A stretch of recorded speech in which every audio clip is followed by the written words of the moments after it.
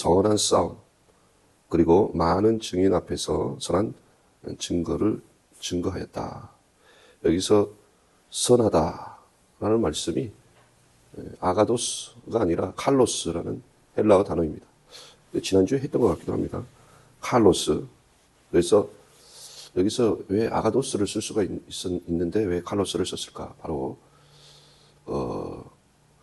이 칼로스는 마태복음에서 아름다운, 개혁성경에서는 착한 행실, 착하다, 그래서 착한 행실, 그렇게 번역이 된 단어입니다.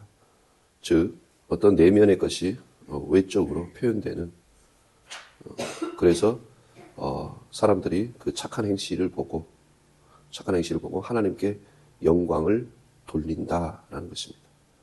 바로 빛을 비추어서 사람들에게 그 빛을 비추듯이 사람들이 그 착한 행실을 보고 하나님께 영광을 돌린다. 그러면 사람들이 영광을 돌릴 수 있도록 우리가 그러한 아름다운 그러한 아름다움과 그 착함이 있어야 되고, 그 착함이, 그 아름다운 행실이 빛처럼 드러나도록 우리가 그러한 싸움을 싸워야 한다는 것이죠. 그러나 우리가 믿음의 이러한 선한 싸움, 결국 이게 디모데전서에서 계속 말씀하고 있는 경건이다라고 하는 것을 알 수가 있습니다. 그래서 크도다 경건의 비밀이여 하면서 육신으로는 나타나시고 영으로는 의롭다 하심을 입으시고 천사들에게 보이시고 만국과 세상에 전파되시고 믿음 받으시고 그리고 영광 가운데 올리우셨느니라. 그러므로 나를 위해서 죽으시고 부활하시고 하늘 보좌 우편에 앉으신 예수 그리스도를, 그 예수 그리스도가 나를 위해서 죽으시고 부활하시고 보좌 우편에 앉으셨기 때문에 나도 우리 예수님과 합하는 것입니다. 그래서 라오디게아 교회에게 하신 말씀 보면 이긴 자에게 내가 이기고 하나님 보좌에 앉는 것처럼 너희도 내 보좌에 함께 앉게 하여 주리라. 근데 영적으로는 우리가 죄와 허물로 죽었던 우리가 다시 살리심을 받고 그리고 일으키심을 받고 그리고 하늘에 앉힌 바가 되었다라고 말씀하십니다. 그러니까 나를 위해서 죽으시고 부활하시고 보좌 우편에 앉으신 예수 그리스도를 내가 동일시하는 것. 근데 그 동일시한다, 내가 예수님과 합한다라는 것이 바로 이것이 바울이 날마다 죽노라 고백하면서 주의 죽으심을 본받아서 어찌하든지 죽은 자 가운데서 다시 부활에 이르려 하노니 내가 이미 얻은 것도 아니요 다 온전히 이룬 것도 아니라 라고 말씀하신, 그래서 그렇게 말씀하시고 또 로마서에서도 너희가 죄에 대해서 죽고 하나님에 대해서 다시 산 자로 너희 자신을 여길지어다. 이것이 바로 경건의 연습이고 경건의 비밀이다. 그 가운데에서 우리가 능히 죄와 싸우고, 그 모든 죄는 육체로 인한 죄이기 때문에 육체는 우리를 어떤 죄로 우리를 빠뜨리는 것뿐만 아니라 육체는 늘 우리를 목마르게 하는 것입니다. 그래서 부하려 하는 자, 돈을 사랑하는 자, 이러한 사람은 근심과 고통으로 자기를 찌른다라고 하잖아요. 사망에 써는 건 죄요. 그리고 부하려 하는 자는 근심과 고통으로 자기를 찌른다.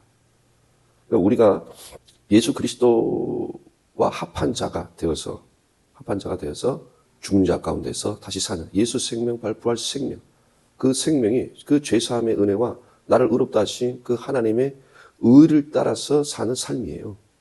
그것이 바로 생명 안에서 사는 삶이다. 그러한 삶은 능히 죄와 싸워 이기게 하시고 근심과 고통으로 찌르는 그러한 우리가 자족하지 못하는 그러한 마음을 우리가 능히 이기게 하시고, 그러면서 우리가 진리의 말씀에 우리가 순종하는 자가 되어서 경건과 거룩에 이르게 된다라고 하는 것입니다. 이것이 선한 싸움이에요. 그래서 죄와 싸우며 우리를 찌르는 그런 모든 죄와 근심과 고통, 그것과 능히 싸워 이기게 하시고, 그래서 우리 예수님이 이기고 하나님 보좌에 앉은 것처럼 우리도 주님의 보좌에 너희도 나와 함께 이기어 내 보좌에 함께 해 주리라 이렇게 말씀을 하시는 것입니다. 이 믿음의 선한 싸움. 그래서 우리가 우리 안에 있는 바로 그 하나님의 영광을 아는 빛을 그 예수님의 얼굴에 있는 하나님의 영광을 아는 빛을 우리 마음에 비추었다라고 하잖아요. 그러니까 우리가 이 빛을 받아서 이 빛을 또 비추는 것이죠. 이것이 선한 싸움이에요. 영생을 취하라라고 되어 있는데 이 영생도 취하라는 거 번역을 하기보다는 붙잡아라 이렇게 말을 해야 됩니다. 영생을 꽉 붙잡아라. 꼭 취하라고 그러니까 우리가 어떤 선택적으로 취한다라는 그렇게도 해석이 될 수 있잖아요. 그런 의미가 아니고 꽉 붙잡아라 라는 것입니다. 영원한 생명. 이것이 바로 제가 방금 말한 죽은 자 가운데서 예수님이 육으로 죽임을 당하시고 영으로 살리심을 입으시고 하나님 보좌 우편에 앉으신 것처럼 그 예수의 생명, 우리 예수님과 합한 자가 되어서 우리가 예수 생명으로 충만하게 그 충만함을 입으라. 예수 생명으로 충만한 삶을 살아라.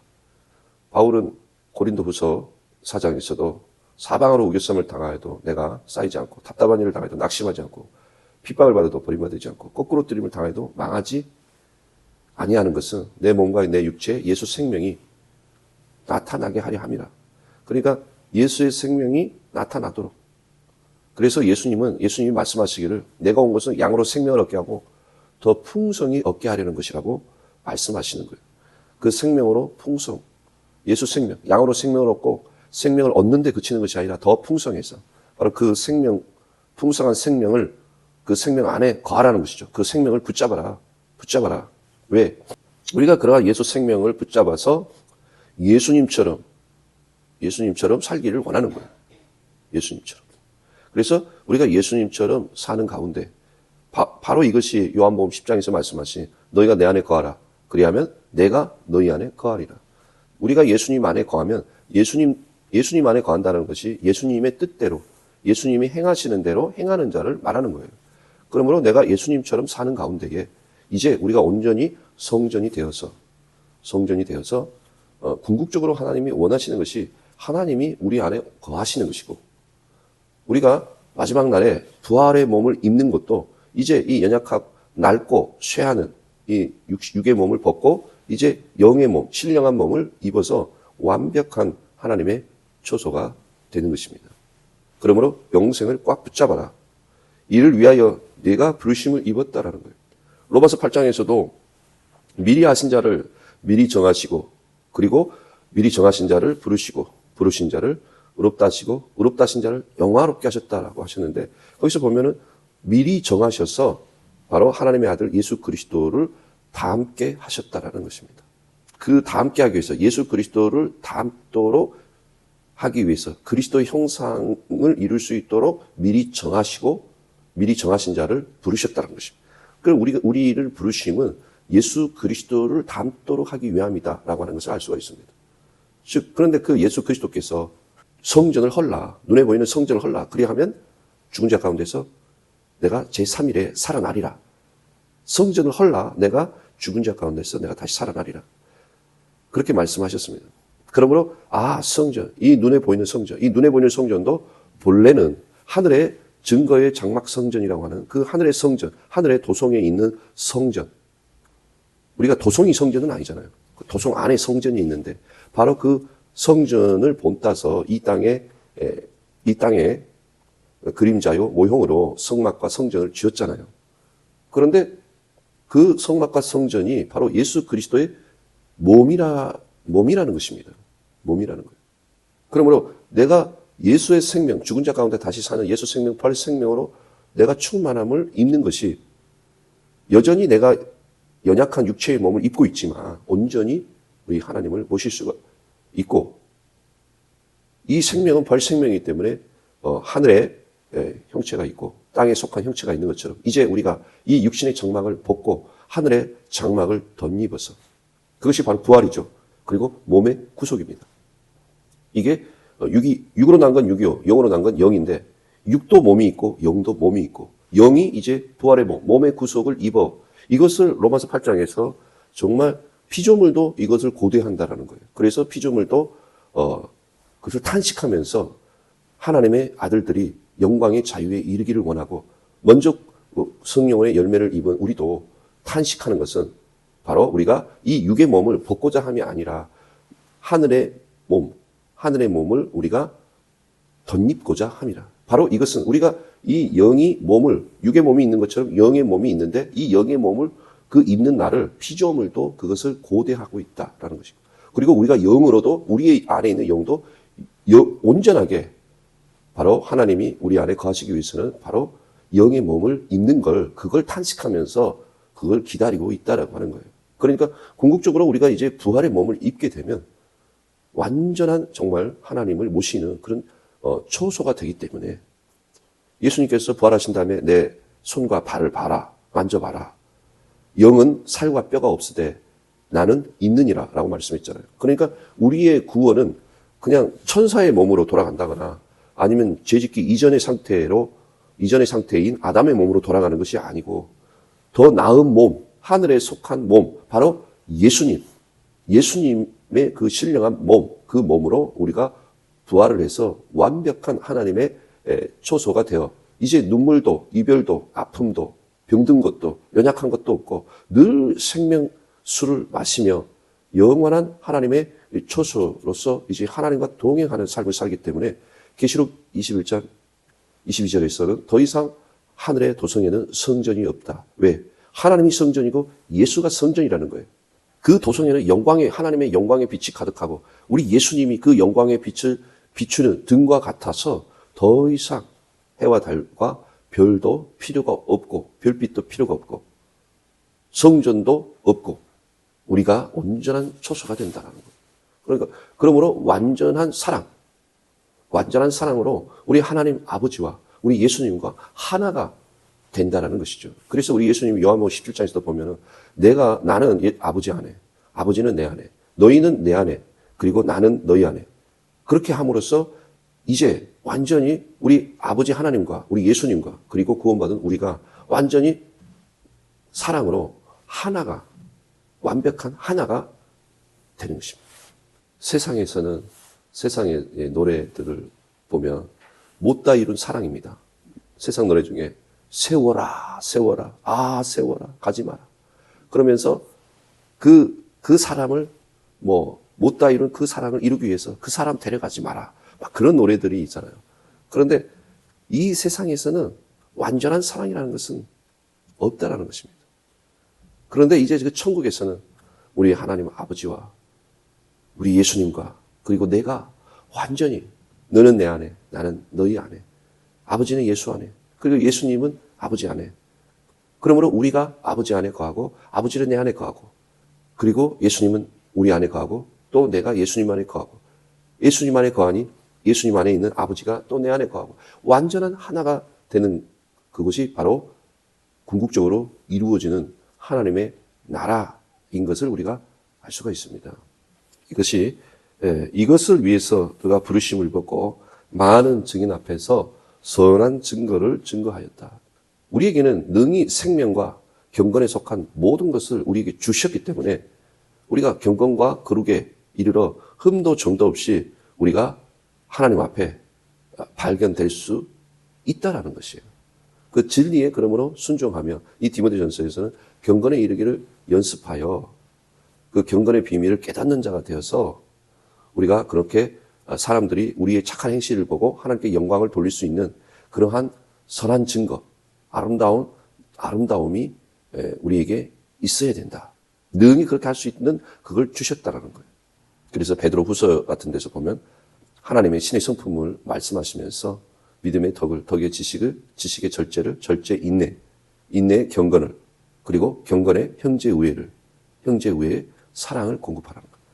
형제의 우애와 사랑은 이 사랑이라는 것은 무조건적인 사랑이기 때문에 대속의 사랑, 그 사랑을 말하는 거죠. 모든 것을 참고, 모든 것을 바라고, 모든 것을 믿고, 모든 것을 견디는 능히 그렇게 할 수 있는 그러한 생명과 경건에 속한 그 탁월함, 그 영광, 그 능력, 그것을 우리에게 주셨다라는 거예요.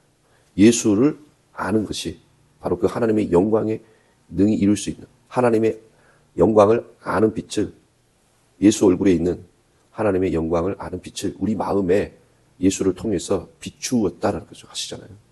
그러니까 능히 그 빛을 바라는 그런 빛의 자녀로 하나님이 능히 우리를 세우셨다.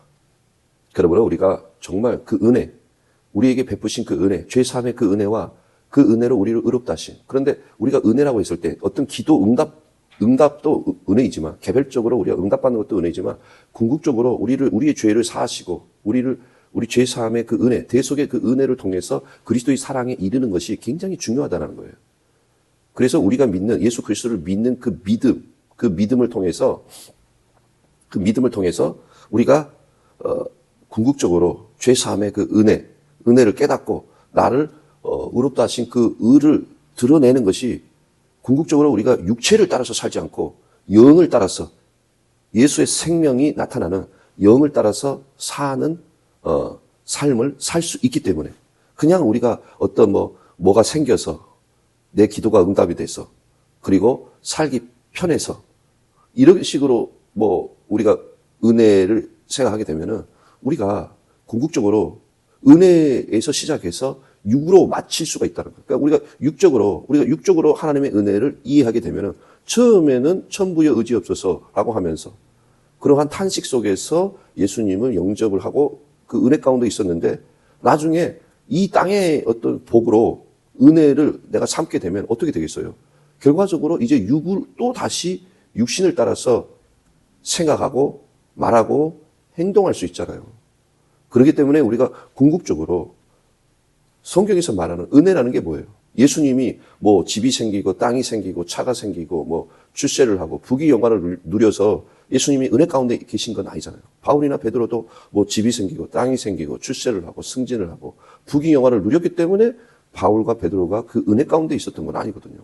그러니까 궁극적이고 본질적이고 그런 그 은혜를 얘기를 해야 되는데, 어떤 하나님께서 이 땅의 것을 나에게 준 것으로 은혜를 삼다 보니 결국 은혜로 시작해서 영으로 시작해서 육으로 마치고, 그리고 점점 우리가 예수를 믿는 믿음 안에서 사는 우리의 믿음의 삶이 점점 세속적으로 변질될 수 있다는 거예요. 어떤 초월적이고 어떤 영적인 그러한 삶이 아니라, 성경에서는 우리가 신령한 자가 되기를 바란다는데, 그리고 우리의 제사가 꼭 교회 가서 예배를 드리는 것뿐만 아니라 우리의 몸을 거룩한 산 제사로 드리는 것이 예배잖아요. 그런데 그러한 어떤 생명으로 우리가 예배를 드리는 것이 아니고 점점 어떤 종교가 되어버리는 거죠. 그래서 영으로 시작해서 육으로 마칠 위험이 있다는 거예요. 그리고 이제 그 육으로 하나님의 말씀을 지키려고 해보세요. 완전히 우리를 거스리고 우리를 대적하고 의문에 속한 계명의 율법이 돼버리고, 이제 지극히 작은 계명 하나라도 그걸 지키려고 하는 것이 아니라 그걸 외면하고 무시하고 이상한 하나님의 계명과 율례와 법도를 이제 지키지 않고 아주 무력한 은혜, 아주 연약한 은혜를 붙들고 있는 거죠. 그러니 대속의 희생이나 사랑이나 어떤 그런 섬김이나 사명이나 오늘 말씀에서 말하는 이런 아름다운 증거, 이런 증거를 보이지를 못하고 맨날 욕먹고 세상으로부터 판단을 받는, 그리고 세상이 교회를 걱정하는 그런 교회가 되는 것입니다. 기도하겠습니다. 사랑 많으신 하나님, 우리가 선한 증거를 보일 수 있도록 믿음의 선한 싸움을 싸우고 양으로 생명을 얻게 하고 더 풍성히 얻게 하시는 그 생명, 예수 생명으로 더욱 충만해서 우리 몸과 우리 육체 가운데서 예수 생명이 더욱 드러나게 하여 주시옵소서. 감사드리며 예수님 이름으로 기도합니다.